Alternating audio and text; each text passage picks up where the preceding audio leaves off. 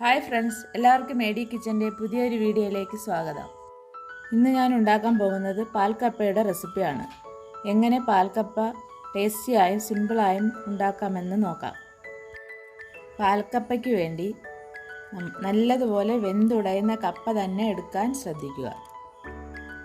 വീഡിയോയിലേക്ക് പോകാം.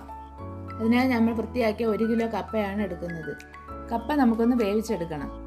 കപ്പയിലേക്ക് വെള്ളവും ഒഴിച്ച് 1/2 ടീസ്പൂൺ ഉപ്പും ചേർത്ത് അടച്ചു വെച്ച് വേവിക്കുക. കപ്പ വേവുന്ന സമയം കൊണ്ട് നമുക്ക് അതിന് വേണ്ടുന്ന കൂട്ട് തയ്യാറാക്കാം. അതിനായി 3 വെളുത്തുള്ളി, 3 പച്ചമുളക്, 6 ചുമന്നുള്ളി എന്നിവ ചതച്ചെടുക്കുക.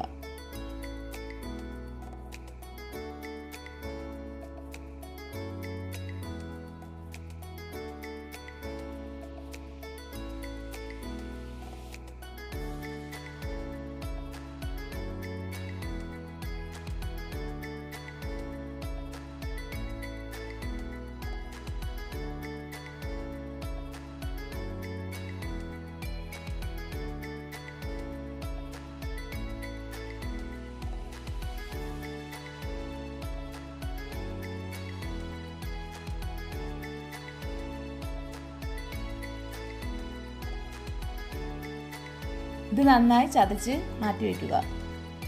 നമ്മുടെ കപ്പ നല്ലപോലെ വെന്തിട്ടുണ്ട്. നമുക്ക് കപ്പ ഊറ്റിയെടുക്കാം. ഇനി നമുക്ക് പാൽക്കപ്പ തയ്യാറാക്കാം. അതിനായി ഞാൻ എടുത്തിരിക്കുന്ന ഉരുളിയാണ്. ഉരുളി ചൂടായി വരുമ്പോൾ അതിലേക്ക് വേവിച്ച് വെച്ച് വെള്ളം വാർത്ത കപ്പ നമ്മൾ ഉരുളിയിലേക്ക് ചേർക്കുക.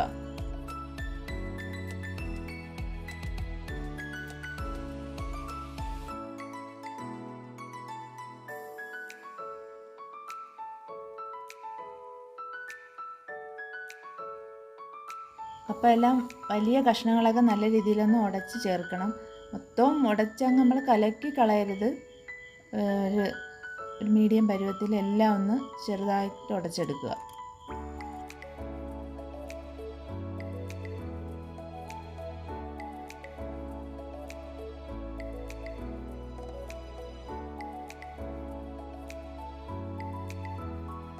ഉടച്ച കപ്പയിലേക്ക് നേരത്തെ ചതച്ച് വെച്ചിരിക്കുന്ന കൂട്ട് ചേർത്ത് നന്നായി ഒന്ന് ഇളക്കി ചേർക്കുക.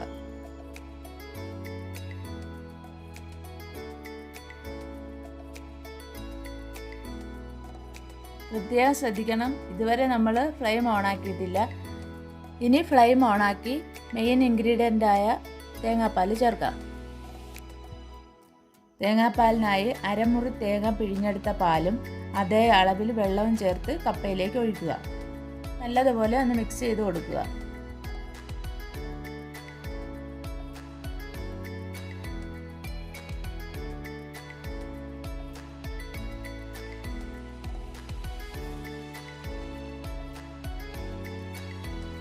ഇനി നന്നായി ഒന്ന് തിളച്ച് വരുന്നത് വരെ വെയിറ്റ് ചെയ്യണം.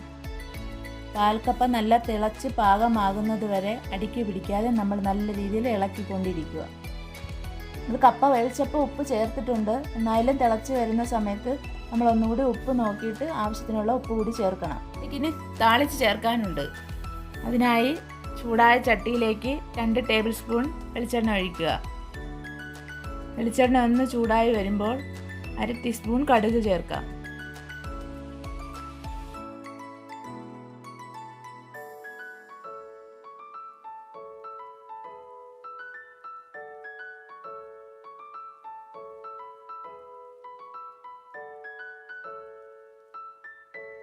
കടുകൊന്ന് പൊട്ടി വരുമ്പോൾ അതിലേക്ക് 3 വറ്റൽമുളക് ചേർക്കുക.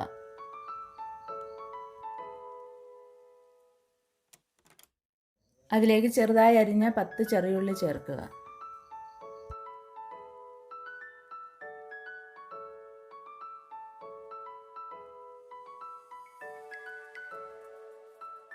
ഉള്ളി ഒന്ന് മൂത്ത് വരുമ്പോൾ അതിലേക്ക് നമുക്ക് കറിവേപ്പില ചേർത്ത് ഇളക്കി യോജിപ്പിക്കുക.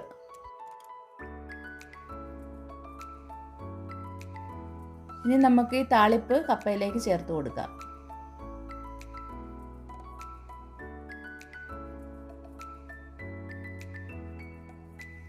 ഇത് നല്ലതുപോലെ ഒന്ന് കപ്പയിലേക്ക് ഇളക്കി ചേർക്കുക.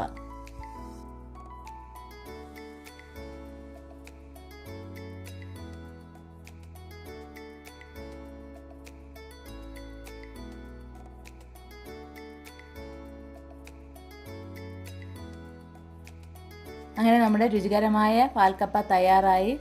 എല്ലാവരും ട്രൈ ചെയ്യുക, ഫീഡ്ബാക്ക് അറിയിക്കുക. Thank you.